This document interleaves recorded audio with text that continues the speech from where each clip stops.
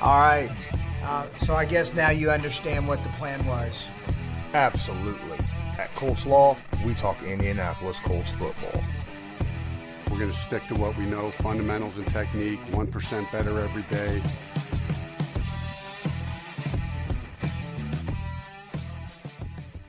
What's going on, Colts Nation? I'm Lawrence Owen. With me, as usual, is my guy, Loyalist. And today we are going to talk about a few things that's happened over the last couple days, mainly yesterday. We just haven't had an opportunity to get on here and talk. So, first and foremost, we are definitely going to get right into the fact of what the thumbnail specifically talks about, and that is Nyheim Hines is with the Bills now. That's something else. I Not something I expected, but something I understand. Not that the Colts were trying to get rid of him. It was that I understand why Nyheim Hines asked to be traded to go to somewhere that would utilize him more than what he currently was with the Indianapolis Colts. I mean, you think about it before the season started, Frank Reich, own words, if I was a fantasy owner, I'd be buying Nyheim Hines. Isn't that the words that came right the hell out of his mouth? Yeah. Yeah. I think he was trying to tick off a bunch of fantasy guys or something with that. Yeah, absolutely. And look, to be fair, the way that this Colts offensive line has played this year, that nobody has gotten the touches / targets that we were hoping for, because they ain't been on the field long enough in order to do that. He was third in touches on the team, but at the same time, another thing that helped out a little bit is the fact that we've had health at wide receiver, for the most part this season, with Paris Campbell staying healthy, the emergence of rookie Alec Pierce, and then, of course, Michael Pittman Jr. He wasn't needed in the slot nearly as much as what, we were expecting this year. And that kind of lowered his snap count quite a bit as well. So, Nyheim, in his own, wants and desires, wanted to be utilized more. He's not been a starter in the NFL since he's been here, right? I mean, he came in, he was behind Marlon Mack, and then Jonathan Taylor come in, and Jonathan Taylor took over that role as a starter. He wants to be utilized well and a lot. And, for Nyheim Hines, I can't think of a better freaking team for him to be on than the Buffalo Bills. How about you? Oh, absolutely. I mean, your guy, JP, Gerard Powers, was sitting there, and believing, was talking about a couple weeks ago about CMC going over there and how electric he could be and stuff. And as we all know, that he ended up going to the Niners and stuff. And I'm not saying that Nyheim is CMC, but if used properly, he can be as dynamic. He really can. And I think that the opportunities are definitely going to be there. I mean, can you imagine, you got Diggs and Davis clearing out the underneath stuff, and Nyheim just having all that free space to do what he does best, and get in open space and make plays. Me personally, as a fan of the team, I have a problem of, things are getting tough, and I get it, and you're wanting the snaps, but I still hate hearing that a guy wants out of, and stuff. That part I can, like I said, that's the fan side of me. But when you start looking at, you said it, he's not been used to his fullest potential. The expectations were much higher, I think, across the board. Coaching, players, everybody expected more from that spot. And honestly, like Brandon said, B-Ball said, oh no, we're losing our third string running back. And that's what he was, Second string. Yeah, well, but that's what he was. He wasn't this perception that we all thought he was. Okay, when he got traded, you're trading a guy who is, 200 and some yards total, I think it is, for the season. So I get it. You got to get whatever value you can. But I'll tell you right now, Buffalo, they got to steal in this thing. Buffalo, I think they're going to find that contract to be, they're like, do this trade twice on Sunday. I honestly think that Nyheim is going to go out there and shine as long as he stays healthy. And for me, losing that voice in the locker, losing one of those guys that this, under the Reich and Ballard, that he's been a mainstay. He's missed one game, and that was just recently with the concussion and stuff. He's been an Iron Man as far as that goes and stuff. So, like I said, there's two sides of the coin. I understand all sides of it. It just doesn't feel, I guess I just would have loved to have been able to see Nyheim used a little bit more and get to see all those predictions that we heard during offseason. What Hines is what Buffalo was hoping James Cook was going to be when they drafted him in the second round. Okay. Hines is that guy that they were hoping Cook would be. And that dynamic receiver out of the backfield. And to be honest with you, they don't run the ball a lot in Buffalo. I mean, you're what, 10 carries for running backs per game? That's about it. So, but they're always out there. They're out there, one, for help pass pro, and two, to catch and make stuff out of the backfield. Hines, for as small as he is pretty darn good at pass pro. I'll give him that. He will put his body out there. Doesn't matter if it's a defensive freaking tackle.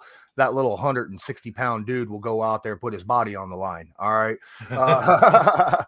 But and he does it with bad intentions. It's not as, like there was a couple times we talked in week 2 or 3 where he was chipping the guy and it daggone near knocked him on his backside just with the chip block, So, yeah, I love the guy.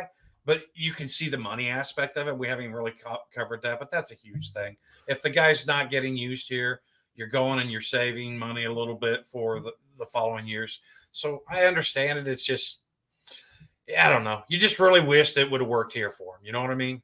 Yeah, I get it. I mean, the fan part of me says, yeah, I wish he could have stuck around. But really, he was an extra. He was like, what's that called? A luxury. Yeah, he was a luxury on the team. Is exactly what he was. He wasn't honestly needed because we had guys on the team that could do what he could do.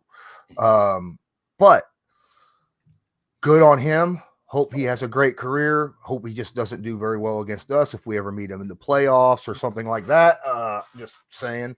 Now on the flip side, obviously we have a conditional pick to go with him. It's a late round pick, but we've gotten guys who have been, contributors on this team, if not starters, for a 5th or a 6th round pick. I mean, look at our starting quarterback right now, right? It was a 6th round pick.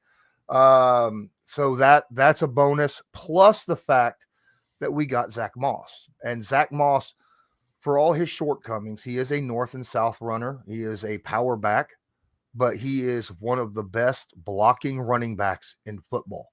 I was actually looking at it. He's one of 2 running backs this year that has 100 plus pass blocking attempts this year and has yet to give up a quarterback hit. That's pretty impressive. Yeah, I imagine Sam loves the sound of that, And the thing is, like you said, honestly, you watch his highlight reel and you watch his video and stuff, you see a lot of similarities between him and Deion Jackson. They can both catch the ball out of the field. They're not going to have that blazing speed or that extremely quick explosion like you had with Nyheim Hines. But there again, is that worth the extra, millions of dollars that, and stuff? And yeah, and the thing is when he makes contact, also to your point, when he's running that ball north and south and breaking it out a little bit, he will find contact. He finishes off runs very similar to Deion Jackson and JT. Exactly. Yeah. And Zach has got hands. He can catch the football. He's not as fast as Nyheim Hines, but he's definitely got hands. He doesn't drop balls, which is, again, something you absolutely need for any player, whether they're a running back, tight end, or Michael Pittman Jr. So I'm sorry. That's not really, it is kind of warranted because, everyone who watched that game this past Sunday with Michael Pittman Jr., you're like, oh man, but at the same time, that's not something that Pittman does on a regular basis, Yeah. He's generally known for having good hands. He was kicking himself after that one. But the Hines trade, again, I understand why he asked for the trade. The Colts are an organization that is about doing right by their players. And if they could not do right by him by getting him the snaps that they needed, they're at least going to do right by him by going ahead and giving him what he wants. And I respect the organization for that. Yeah, and then you can do that. You save the team a little bit of money, and like you said, with Paris Campbell staying healthy in that slot, and then you bring in Zach and Deion Jackson, you can absorb the role that Nyheim filled. Granted, you may have to do it with multiple players, but you can still absorb it. And I would argue that you're going to get equal to better production from Paris Campbell of the slot than you would with Nyheim Hines. He's just taller and a little bit faster, and he's catching these passes like nobody's business now. Just stay healthy, get Paris. We really need that now, And then to your point with the running and stuff, Nyheim Hines was a change of pace that it wasn't that drastic in the run game. His change of pace was much more in the passing than it was the running. And like I said, I have to go. All right. You give these guys, you give this trio of, and don't forget we brought in Jordan Wilkins again, but you get that trio of JT, Deion Jackson, and Zack Moss. Guys, I'll tell you right now, they're going to hit these holes and they're going to really help add to that physicality that you maybe didn't quite get with Nyheim. Yeah, exactly. Now, the other move that we need to discuss that is out there on the table that we have yet to talk about. Now, we talked a little bit about it on the Believe podcast in yesterday's episode, but the release of, a Mr. Brady, that is, our former OC, that's a situation that we need to kind of cover as well. Before we do, I see that there's 20 of you in here. I'd like to ask you guys, please smash that like button if you haven't done so yet. Hit subscribe if you're not subscribed. Tag that notification bell so that you are notified next time we go live or upload a video. Lots of videos, lots of stuff coming out. Obviously, if you haven't seen it yet, the Sam Ellinger video, a lot of pleasant surprise out of the film room on that as well. And we're looking for a very special Indianapolis Colts guests next week on the Believe show. So make sure that you are subscribed and notified, because you're not going to want to miss the guests that we're going to be having up on the show. And also, guys, for $5 a month for Patreon, you get the entire content unedited and stuff. So you get to sit there and pull back behind the curtain a little bit. Absolutely. So, all right, Marcus Brady was released, and look, I get that a lot of people are out there saying, well, he doesn't make the play calls on the field. He does, however, do a lot of stuff, on the team. He does a lot of play designs, for that playbook that Frank Reich has. He also game plans for the upcoming each week, things, and then during practice, he's the one out there, running the offensive practice, right? Frank is there, but he's not running he lets the DC run the defensive practice and lets the OC run the offensive practice. So this is a situation where now Frank is taking over that spot. There was a lot that Marcus Brady had a lot to do. That's just going to put a whole lot more on Frank Reich's plate.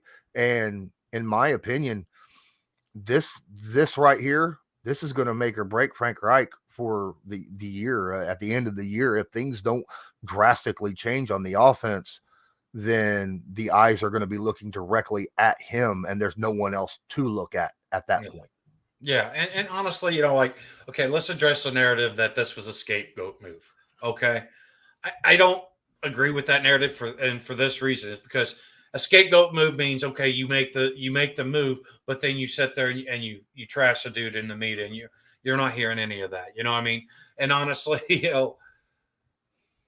you can absorb this move, much easier than you could absorb. I know a lot of people have been calling for Strasser, me included. I'm like, hey, we got to fix this O-line. But now you sit there and you remove Strasser. You have to find an answer. And do you want to take a Kevin White? Granted, he's a Hall of Fame player, but he's only 1 year, year plus into his coaching.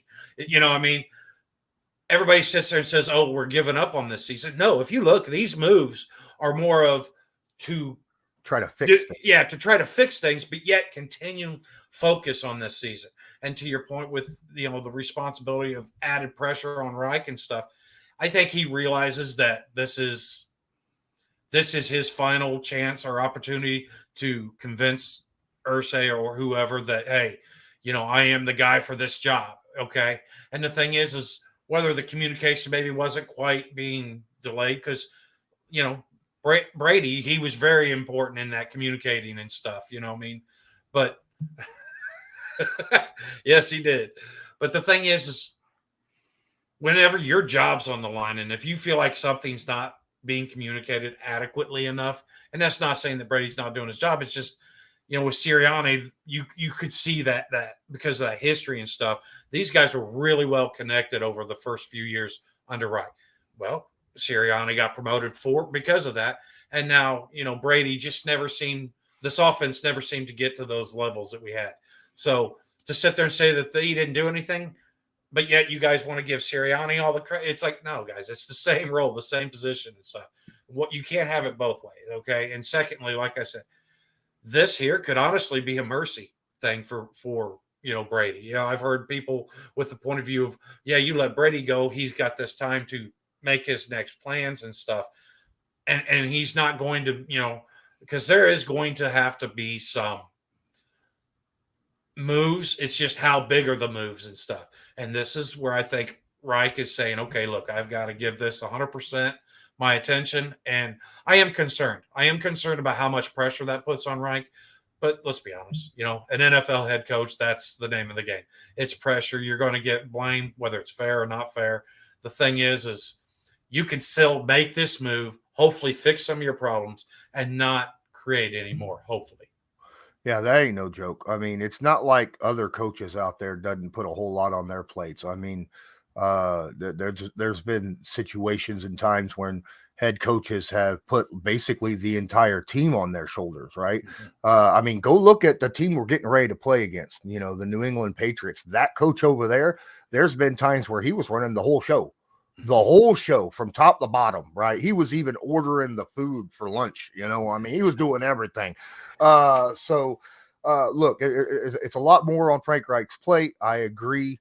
But this now puts the entire offense on Frank. So everything that we see, from how they practice to the designed plays to game plans, like you said, Brady drew up, the first quarter of plays, basically, for the game plan. Now Frank Reich has to do that, right? Mm-hmm. Now that's Frank Reich drawing up the game plan from that point on. It used to be Brady drew up the first quarter, and then Frank ran from there, right? And now it's on him. So it'll be interesting. We hear a lot that the Colts are so bland in the first quarter offensively. And that was Marcus Brady, his game plan. So think about that. And then you're like, oh, well, it opens up in the second half. Well, that's Frank Reich making up those calls. Yeah. So maybe we're going to see more open up early in a game rather than, the bland that everybody was complaining about, before Brady, when Brady was here. Yeah. And not to mention, guys, as far as absorbing some of that, like the communication, okay, the head coach can't walk over and just have a sidebar with the O-line or whatever if they're trying to communicate something. But the thing is we've got, running backs coach Scotty Mitchell. I mean, he had multiple interviews, for an OC position. We've had other people that have been OCs before. So that communication and stuff, you can find people, okay, where Coach Reich may sit there and say, hey, let these guys know this is what we're going to do on this next series of drives, or, or switch it to up tempo and just the communication and stuff behind the scenes that you have from the head coach to the players during game that out. But honestly, as far as the game plan and stuff, now there's like you said, Reich knows this team. Reich knows what he wants from this team. Now it's just a matter of him implementing it and taking it all on and saying, you know what, this is the best shot I got to give this team to win now. Yeah. And I don't think this is by any means giving up. And I see that in the chat, I'm gonna bring this up right now. Skylar and Kirsten said Holder told McAfee the team. Now, are you sure that was? No, that was Holder. That was Kiefer, wasn't it? That was Kiefer, yes. The bordering on collapse. The players are pissed, and how the last few weeks have went. Let me rephrase. I didn't hear Holder, but I did hear Kiefer say that on the McAfee show. Okay, yeah, and here's the thing. Okay, I've talked to a few players, and I don't get that at all. I don't get that at all. I get that they know that the team is doing whatever it is that they can do to try to fix what's going on, and they are trusting in the team and the players around them and the coaches around them and doing what they can to win. Yeah. All right, that's what I get.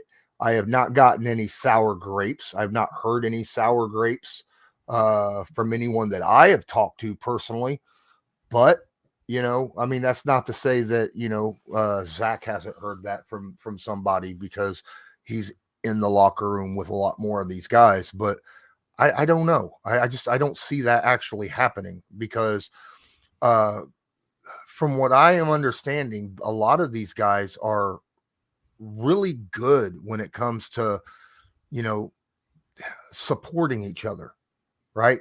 Mm-hmm. Like incredibly good about supporting each other. Now, I understand switching the starting quarterback. Everybody's going to have feelings about that one way or the other. Okay, that's just how it's going to work. I mean, when you make a move like that, that's going to happen. When you let go of a guy who's been basically your boss for the last couple of years, you're going to have feelings about that one way or another.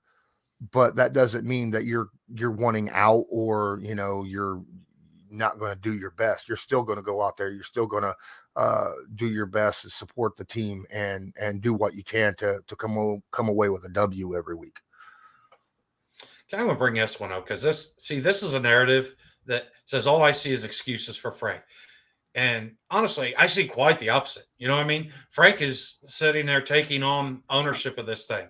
Frank is sitting there saying, you know what, guys, this offense isn't producing. We're not, he's giving you the facts, and then he's taking on ownership of it. Okay. Now, if you want to sit there and think that just because you terminate a person, that's an excuse, I don't see it that way. It's this isn't working. We're going to have to try something different. But that's not blaming Brady, and everything you've heard in pressers and even from the reports of Zach Kiefer and Kevin Bowen is they were shocked, but nobody is feeling like everybody's dumping on Brady. Okay. So to me, that's why it's not a scapegoat. I don't feel like there's excuses being made. I honestly feel like this is a coach that's trying to show that he knows what works. And let's not forget this offense, has been really dynamic under Coach Reich, even with all the transitions of quarterbacks and stuff. This is sitting there saying, you know what? We don't like how things are going. I'm going to put this young quarterback in. Let's see what we got. Let's see if we can spark a change. You know what? I don't like the way things are going. I'm going to take over this role. I'm going to take away where people can blame Brady and say, you know what? Now there's no optics to say that it's anything but Frank Reich. Granted, you still got other guys quietly working behind the scenes to help make this work out smooth, but there's no excuses being made. A lot of this is just saying, I'm a guy that realizes that I'm on a seat that is about as warm as he's probably ever had experienced in his life. And quite honestly, he's trying to do what's best for this team in his heart of hearts. And honestly, what more can you want from a guy who's fighting for his job other than to sit there and do everything he can hopefully do to make it right? See, here's the thing. And I will say this. Offensively, yardage-wise, the Colts offense has been really good. Mm-hmm. They move the ball down the field with ease at times. The problem is executions and honestly failure of execution at certain points, doing turnovers and shooting yourself in the foot with penalties, things of that nature. When you get into a position of scoring, that's the problem. That's what's happened with this team, and a lot of that's not on the coaches. That's the players losing focus. Okay, that drop by Michael Pittman Jr. That was on Michael Pittman Jr. That fumble, from you have a fumble or an interception, you put that on the player, right? Those are player issues. Okay, that's not coaching issues. And if Reich can get the right plays out and get them out of the funk of that first quarter funk that they have been in, because they have yet to score. I don't think they've scored they haven't scored a touchdown on their first drive yet this year. Nope. Right. They haven't scored a touchdown on their first drive. Haven't held a first half lead. Yeah. I mean, there was a lot of, we had 3-0, I think it was last week. But outside of that, there's just not been a lot of things that have needed. I mean, and this offense hasn't broken. I don't think we've broken 20 points once. Yeah, in the last year and a half worth of games. And the thing is you sit there, you look at what this team has done on the first half of the 50. This offense is very dynamic, but then you look at what they do on the second half, from the 50 to the end zone, and it just falls off a cliff. Exactly. The fumbles and turnovers are increased. The penalties are increased. I mean, I don't have the exact number, but it's ridiculous if you were to compare the first 50 to the second 50.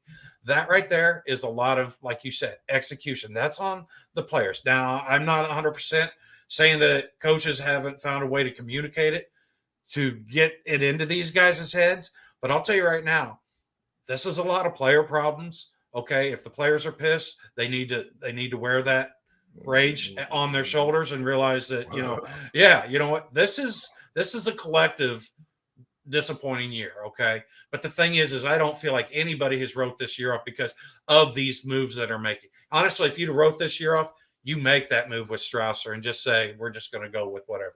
You know what I mean? And there's some things that we can honestly get a really good evaluation of. Sam Ehlinger, we're going to get to see what he looks like with the legit 1s and 2s. You know what I mean? Whether Bernard Ryman gets some reps or if Danny Penner gets some reps at center, you're going to get to see a little bit. But even if you don't, give Sam as much protection as this offensive line can do. You know what I mean? And that offensive line play, it's not been great, but it's better. You take the first 4 weeks or whatever, and you compare it to the second 4 games. I'll take that second 4 games all day, every day. Okay. Well, I mean, okay. Yeah, you're right. I'll take 2 floating boards over a half a floating board, but it's still only 2 floating boards and not a speedboat, Like I said, do the best you can. And right now, this offensive line, I don't think that there's anything that any general manager, head coach, offensive line coach, there's not anything that you could do with this offensive line that can't be done behind closed doors. It's all communication. Get into these guys' butts and get them motivated, or whatever you want to call it. Get them on the same page. And we were hoping to see a little bit from Sam to help these guys out a little bit. Well, that's a double-edged sword. You look at those holding penalties, you're going to get that more whenever you don't know where your quarterback's going and stuff. You know what I mean? Oh, yeah, definitely. Matt Pryor, that first one was just nasty, dude. That was just a bad hold. Quentin Nelson, like I said, you could see where he was engaged and blocked, and then Sam drifted over to the left, and it was a hold. I'm not saying it wasn't, but there's just things that need to be done. Quentin Nelson, he got beat the F up on a couple plays this last week. We're not used to seeing that. Yeah, we're not used to seeing that. So these are things that these guys are going to go back, study the film, dig deep in their heart and soul and figure it out. If they don't, they might as well just, pack up the bags and stuff for the coach or whoever is going at the end of the offseason. But I don't think that there's going to be too much as far as if you want your pound of flesh now, I don't think that's going to happen. I think that's more of a at the end of the season type of thing. I'm going to set the record straight here, Basil. That statement is 100% false. Okay. I'm just going to let you know. In front of the camera, in front of media, stuff like that, Frank is the nicest guy in the world. But he has screamed and yelled and been up people's butts out there on the practice field and behind closed doors. I know this for a fact. Players have told me this. Okay.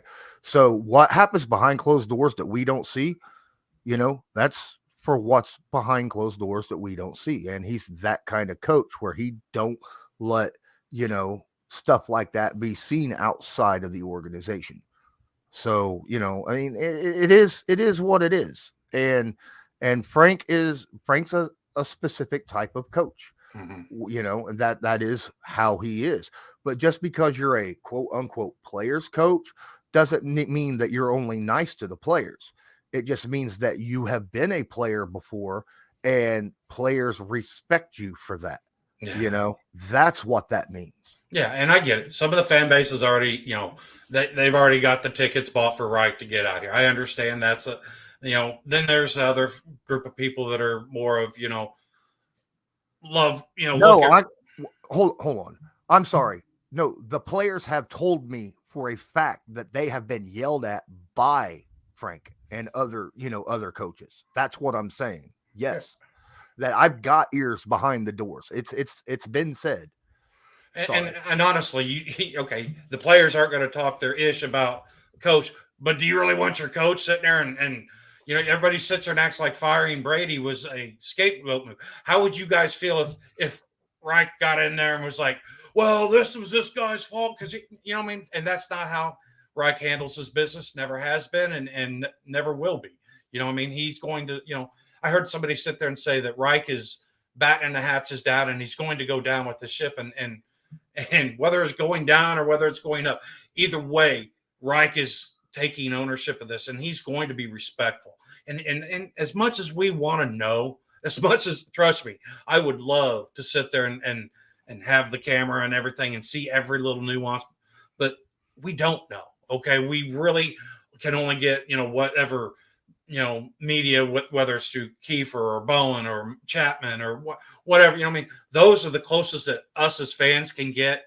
And the thing is you're still not, I mean, it's like, you're still not going to see the 100% honesty because, you talked about it with Believe, they caught Bobby O and Rodney McLeod going at one another. And it looked like they were ready to just drop and throw hands right then and there. But that thing is that's that competitive fight and spirit. And then they go out on the play and help continue to stop that drive and end up making them punt. So what we see is only little glimpses, what I mean? And then we're trying to make our best what we think is going to happen and stuff. But let's keep in mind, the Colts are notorious for keeping this closed door. The Colts are notorious of keeping everything out of the media. I mean, you hear about the Hines trade. That literally came out, 5-6 hours before, actually happened. That actually happened. You hear about the Matt Ryan being demoted and Sam getting the start. We find out that all of those wheels got set in motion in week 5. You know what I mean? So now you're sitting there, that's 2 weeks of this team, but that's how this team operates. They don't want their business out. And when, what they want out is what they control. And as a fan, that's hard to deal with because we're so daggone committed to this team, but it is how you really should handle multi-million-dollar athletes and personalities. I'll tell you one thing. One thing that Frank has been able to do is deal with people from a leadership standpoint he was a quarterback in the NFL. And a quarterback in the NFL knows how to be a leader and knows when to step up and be an ass and when to use encouraging words. That's the thing. That's 99% of quarterbacks can be an ass when they need to be an ass, right? I mean, we've seen it. We've seen Peyton Manning be an ass. We've seen Peyton Manning be a cool dude. There's been times when Andrew Luck was yelling at people. Not very often, but it's happened, So, I mean, quarterbacks, with Frank being an ex-quarterback, that just it puts that into perspective a little bit if you think about it in that aspect. My tongue became tied. But hey, guys, we're 35 minutes into this. I appreciate each and every one of you. Thanks so much for being here. If you haven't smashed that like button yet, please do so. can hit the share button. Wouldn't mind you if you did that as well. We're getting ready to have a Patreon only live stream here in about a little over an hour. You will be able to join if you join now. It's only $5 a month. Link is in the description. Loyalist talked about Patreon earlier. You know, we hang out every Wednesday. You get basically backstage passes to our recordings on Believe with the players and stuff. So and a bunch of other stuff that we go through. So $5 a month ain't nothing. It's cheaper than getting a blue check mark on Twitter. Okay.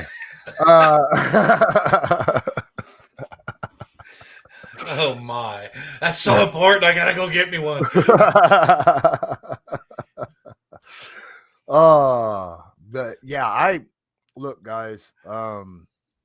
I think this game upcoming, we're obviously, Friday, we're going to do a live stream at 6 and kind of do a pregame for the Patriots game.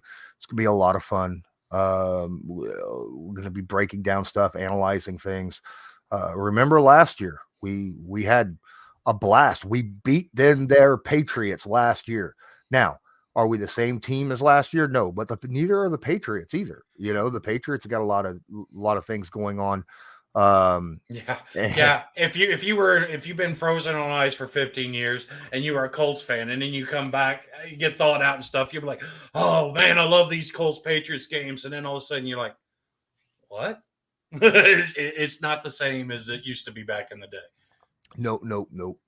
So I posted a question on Twitter about an hour before we came live. And I'm going to pose this question to all 41 of you that are in this stream right now. So get ready to use the chat right now and answer this question for me.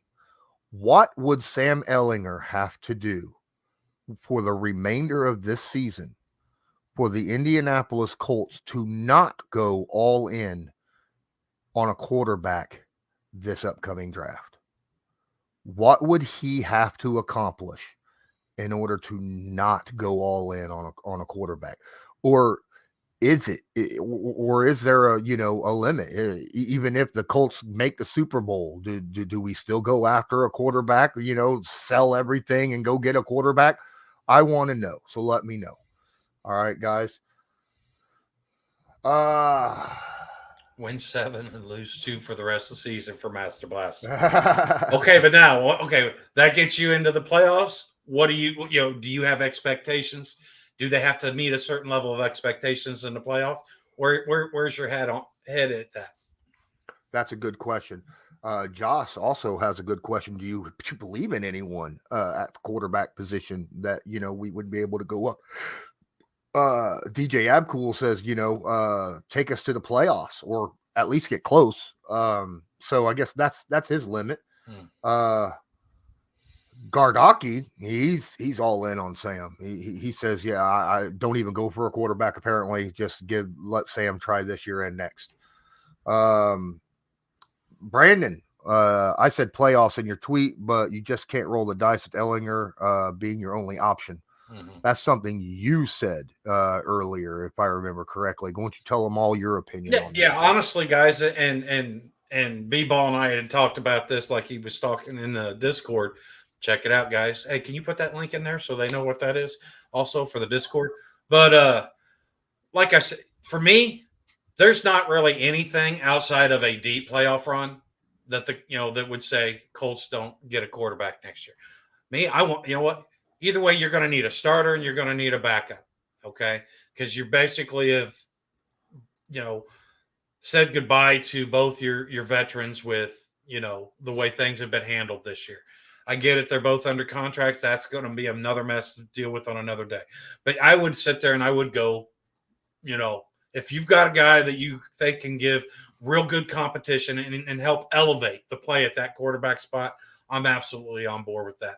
But the thing is if Sam goes deep in the playoffs, okay, now all of a sudden your draft picks have been watered down because of, where you're getting that pick and stuff.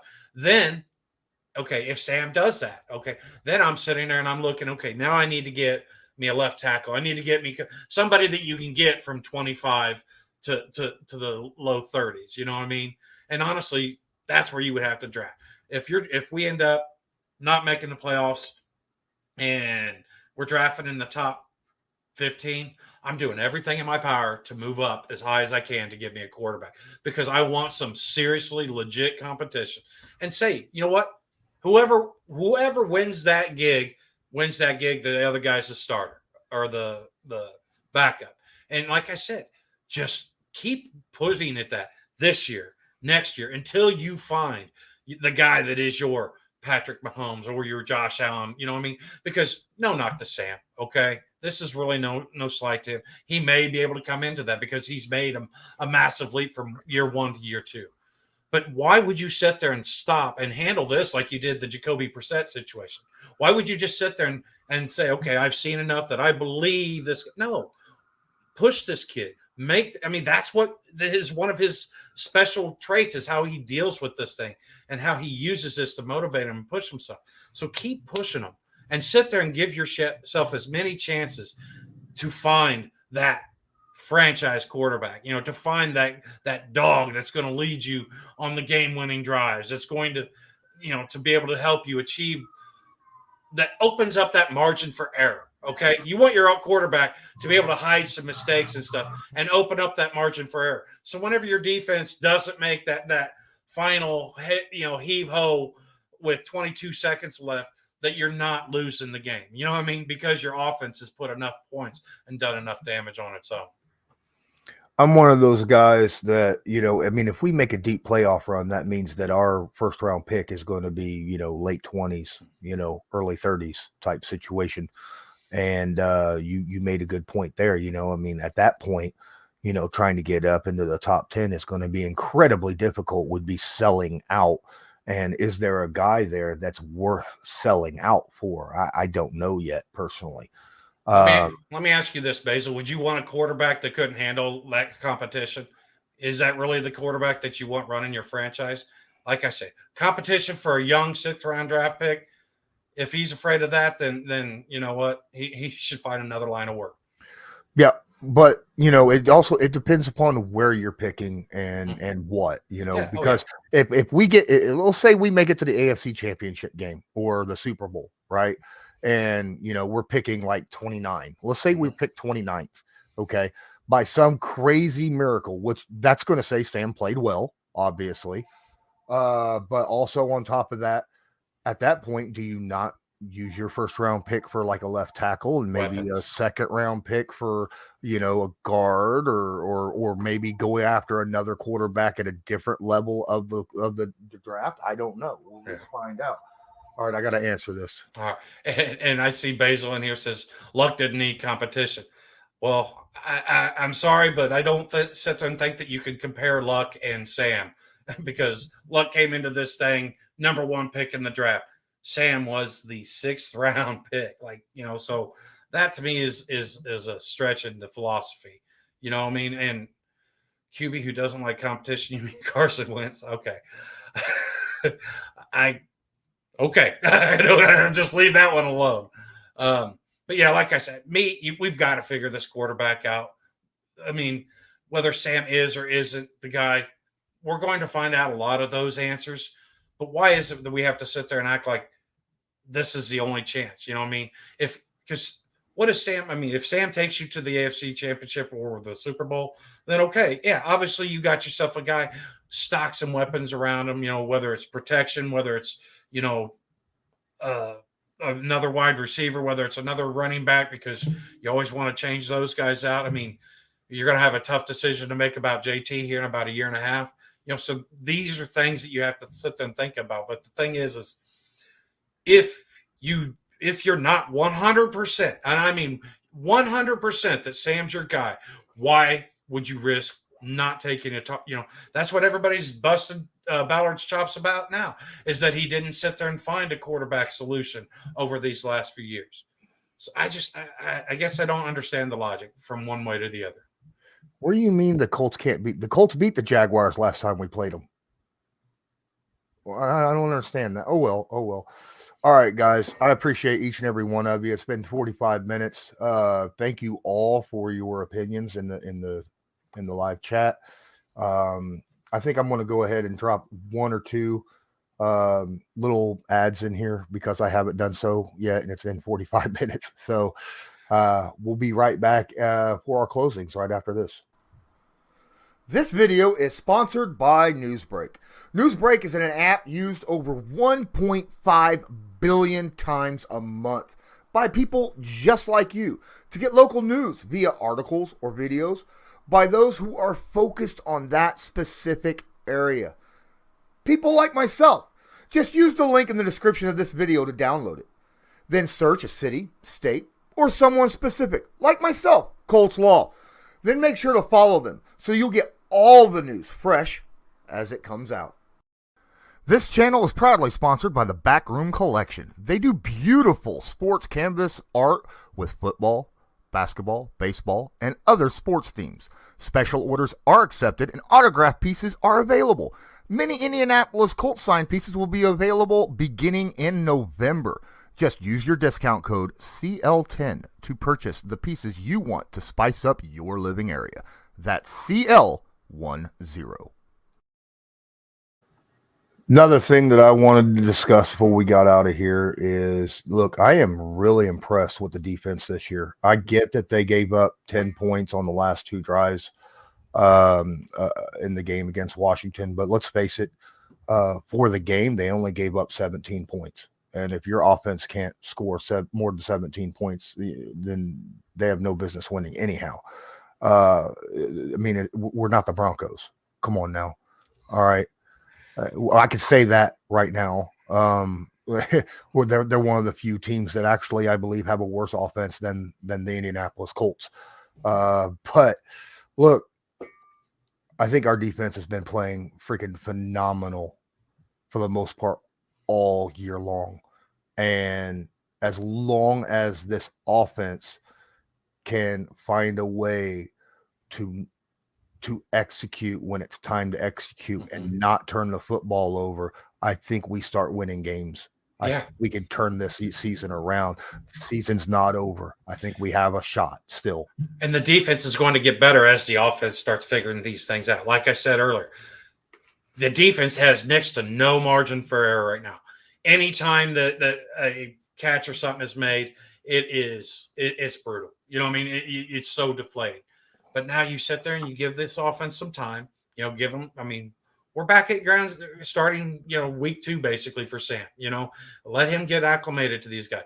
Honestly, expectations, if Sam didn't exceed your expectations last week in that game, I would argue that maybe that's more of a you problem than a Sam problem, because he like I said, he went out there, he extended plays, he kept his head. There was a couple places where he got happy feet, and then whenever he connected on these throws, whether it was to Alec Pierce or Michael Pittman, even that pass that was to Michael Pittman Jr., crunch time, 20 seconds left, everything's on the line. He stepped up in that pocket and threw a dime to Michael Pittman Jr.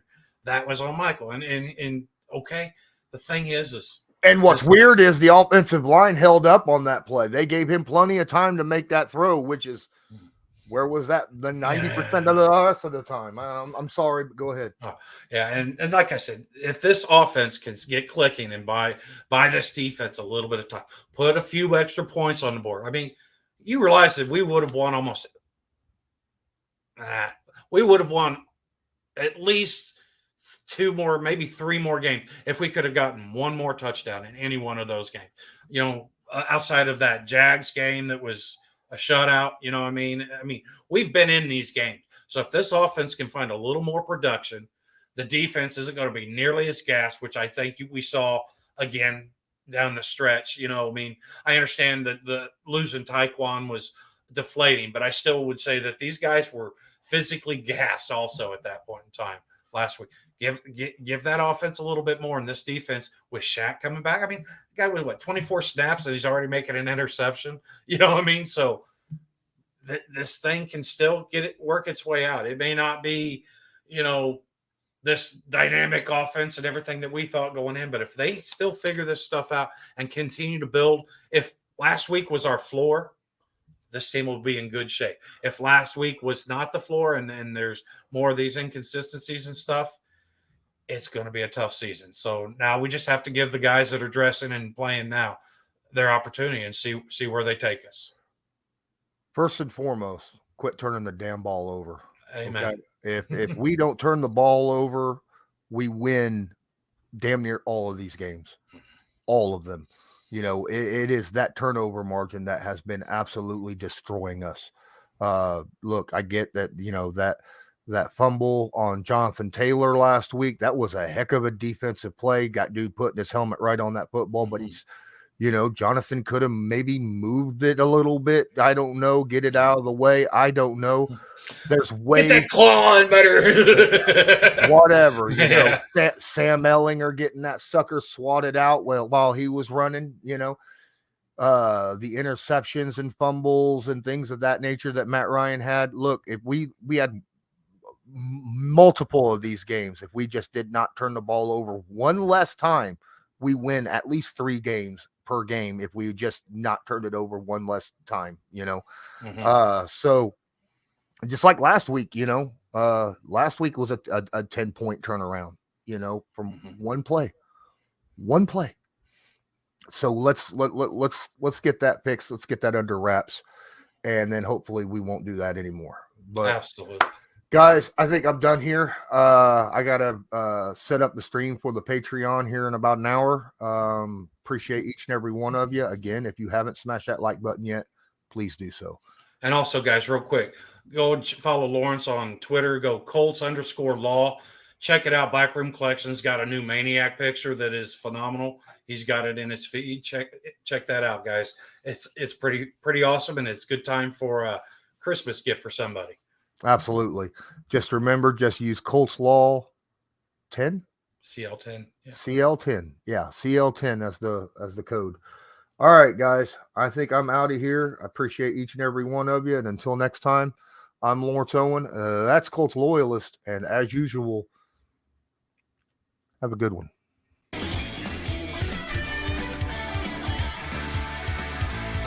Just because a player's not a household name doesn't mean we can't make him a household name.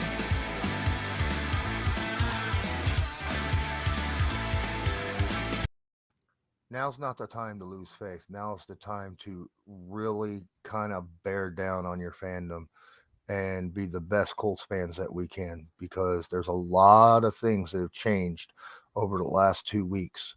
And it's obvious that the Colts are trying to fix things. So we need to give them our support. Appreciate y'all. Go Colts.